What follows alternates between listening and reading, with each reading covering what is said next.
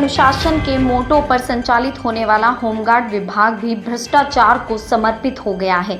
वैसे इस होमगार्ड में लेन देन के मामले नए नहीं हैं। पहले ऐसे मामलों को दावा दिया जाता था, लेकिन अब त्रस्त हुए होमगार्ड सैनिक ही उजागर करने लगे हैं। गुरुवार को होमगार्ड्स के एक बाबू को 500 रुपए की रिश्वत लेते लोकायुक्त पुलिस ने पकड़ा है। बड़े बाबू ने 3000 रुपए मांगे थे, लेकिन 500 रुपए में पकड़ा गया। होमगार्ड ऑफिस में लोकायुक्त का छापा उस समय पड़ा जब होमगार्ड ऑफिस के लेखापाल को 500 रुपए की रिश्वत लेते हुए रंगे हाथों गिरफ्तार किया गया। खबर के मुताबिक ढिकवा निवासी राकेश जाट की शिकायत पर लोकायुक्त ने कार्रवाई की, जिससे हड़कंप मच गया। राकेश के पिता नानालाल जाट नगर सैनिक के पद पर कार्यरत थे। मृत्यु होने के पश्चात जमा पूंजी को निकलवाने के पैसे की मांग लेखापाल जितेंद्र कुमार पांडे ने करते हुए 3000 की रिश्वत मांगी थी। जितेंद्र कुमार पांडे को 500 रुपए की रिश्वत लेते हुए होमगार्ड कार्यालय से रंगे हाथों गिरफ्तार किया गया है। कमांडेंट कार्यालय रतलाम में लांस नायक के पद पर थे, जिनकी मृत्यु बीमारी के कारण 28 फरवरी को हो चुकी थी। उसके बाद जो मृत्यु के उपरांत मिलने वाली जो संचित निधि और करुणा निधि के 51,000 रुपये और संचित निधि के लगभग 2 लाख रुपये भुगतान होना शेष थे। तो 2 लाख रुपये के भुगतान के लिए यहाँ जो अकाउंटेंट का कार्य देख रहा है ASI M जितेंद्र पांडे, उस व्यक्ति से वो भुगतान के संबंध में मिला तो उसने जो है उससे 3000 रुपये की रिश्वत की मांग की और 2000 रुपये उससे ले भी लिए। इसके उपरांत उस आवेदक ने जब शिकायत की तो हमने उसको तस्दीक करा के हमने आवेदक की आरोपी से आमने सामने बात कराई। बात कराने के समय भी जो है उसने आवेदक से 500 रुपये ले लिए। अब जो शेष 500 थे उसको ये तंग कर रहा था, तो आवेदक को हमने आज अपने कार्यालय सुबह उज्जैन में बुलाया, 500 रुपये पर केमिकल लगाकर इसको दिया। हम आवेदक को लेके आए और उसको जो है जैसे ही आरोपी को 500 रुपये शेष राशि उसकी दी और तत्काल हमारी जो इस कार्यालय के आसपास टीम तैनात थी, जितेंद्र पांडे ASI M को 500 रुपये आवेदक राकेश जाट से लेते हुए रंगे हाथ पकड़ा गया है। अच्छा सर, अभी उसका 51,000 रुपये का भुगतान होना शेष है, जो कि बातचीत के दौरान इस बात की ये क्लियर पुष्टि हो चुकी है कि अभी 51,000 रुपये के लिए आवेदक से यह तय किया गया है कि जब पैसा आएगा तब देखा जाएगा। अच्छा सर, ये बताएं, इनको जो गिरफ्तार किया होगा किन धाराओं में प्रकरण दर्ज किया, गिरफ्तारी हुई है? भ्रष्टाचार निवारण अधिनियम 1988 की धारा 7 के तहत अभी प्रकरण दर्ज करके आगे की कार्रवाई की जा रही है। और जहां तक गिरफ्तारी का सवाल है, तो चूंकि लोक सेवक है और लोक सेवक को गिरफ्तारी का हम उसमें कारण का खुलासा करते हुए 41 CRPC का उसको नोटिस देकर ये बाउंड ओवर करेंगे कि आगे वो विवेचना में पूर्ण रूप से सहयोग करेगा। यदि इस किसी प्रकार की असहयोगात्मक रवैया अपनाने पर उसको गिरफ्तार कर न्यायालय में पेश किया जाए।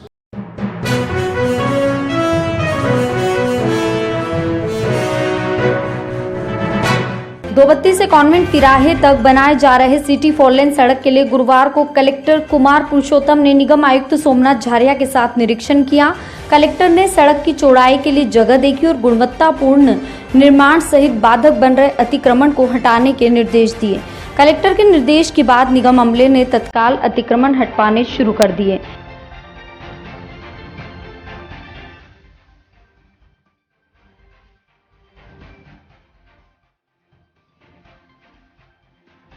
निगम कर्मी पर्वत सिंह हाड़ा ने बताया, ये दुकानों के नीचे जो है कचरा है, सफाई नहीं हो रही थी, यहाँ पे गंदगी भी हो रही थी, इसलिए इनकी जो है ठेला गाड़ी वगैरह जो है यहाँ से हटवाई है और जो नहीं था उनकी जब्त भी करवाई है।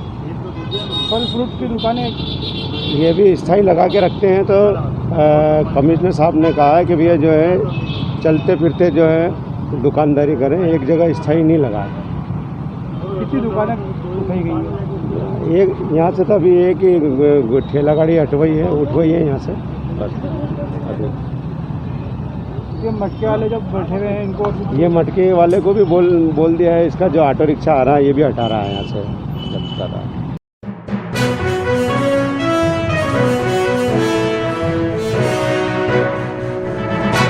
सनातन धर्म के पवित्र तीर्थ स्थल प्राचीन त्रिवेणी तट इन दिनों अपनी दुर्दशा पर आंसू बहाकर जिम्मेदारों को ही कोस रही है। रियासत समय के इतिहास के साक्ष्य त्रिवेणी कुंड में एक समय ठंडा और गर्म पानी का संगम होता था। इस पेड़ी पर धर्म और संस्कृति की पताकाएं लहराती थी। आधुनिक और भागदौड़ वाले समय ने इस प्राचीन धरोहर को अनाथ बना दिया है। त्रिवेणी तट पर लगे शिलालेख के मुताबिक 17 दिसंबर 2019 को कायाकल्प के तहत 97 लाख रुपए की लागत से नगर निगम ने नव श्रृंगारित त्रिवेणी कुंड निर्मित किए थे। देखरेख के अभाव, नगर निगम की उदासीनता और जनप्रतिनिधियों में जागरूकता का अभाव ने त्रिवेणी तट को बिन पानी सबसून बना दिया है। कुंड में जहाँ पहले कभी पानी हुआ करता था, वहाँ अब गाद और कचरा कंटेनर बना दिया है। घटिया निर्माण के चलते कुंड के चढ़ाव जर्जर हो गए हैं। मंदिरों की कोई देखरेख करने वाला नहीं है। नलों में पानी नहीं है। एक समय था जब अंतिम संस्कार के बाद की तमाम क्रियाक्रम इसी तट पर होते थे, लेकिन अब व्यवस्था नहीं होने से यह तट उजड़ा चमन बना दिया गया है। डर तो इस बात का है कि कहीं स्वार्थी तत्व प्राचीन त्रिवेणी तट को कहीं विस्तारित शहर का हिस्सा बनाकर रहवासी क्षेत्र नहीं बना दे। किसी प्राचीन धरोहर की इस तरह की उपेक्षा धर्म संस्कृति के साथ खिलवाड़ ही है। कुंड की बदहाल हालत के कारण यहाँ अब कोई नहाने भी नहीं आता, क्योंकि यहाँ अब सिर्फ इमारतों को गंदगी और प्रदूषण की ही त्रिवेणी बना दिया गया है।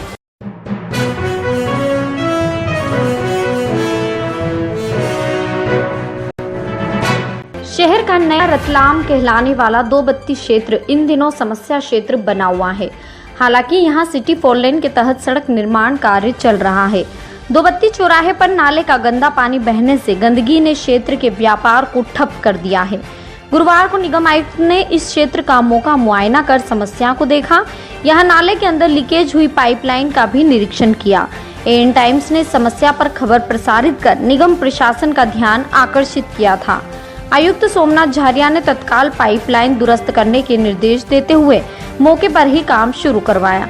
दो बत्ती क्षेत्र में आ रही समस्या पर क्षेत्रीय व्यापारी ने एएन टाइम्स को बताया। नाम अक्षय तिवारी है। वो किस तरह की गंदगी पानी की समस्या आ रही है और किस तरह की? विगत 5 दिनों से लगभग 5-6 दिनों से ये नाला ओवरफ्लो हो रहा है। नाले में गंदगी इतनी भरमार है और ये पानी पूरा सड़क पे आ रहा है और उसकी बदबू इतनी आ रही है कि हम जो इस मार्केट के जो दुकानदार आसपास जितने भी हम यहाँ बिजनेस करने में तकलीफ हो रही है। अभी लॉकडाउन अभी कुछ समय पूर्व ही खुला है और इस बदबू की वजह से कोई ग्राहक आना पसंद नहीं कर रहा है इधर। और इसमें इतना अभी आपको मालूम है, अभी इस समय कोरोना का समय चल रहा है और ये कीड़े मकोड़े इतने हो गए हैं कि मतलब हमको मलेरिया का डर लग रहा है, इसमें मलेरिया हैजा का।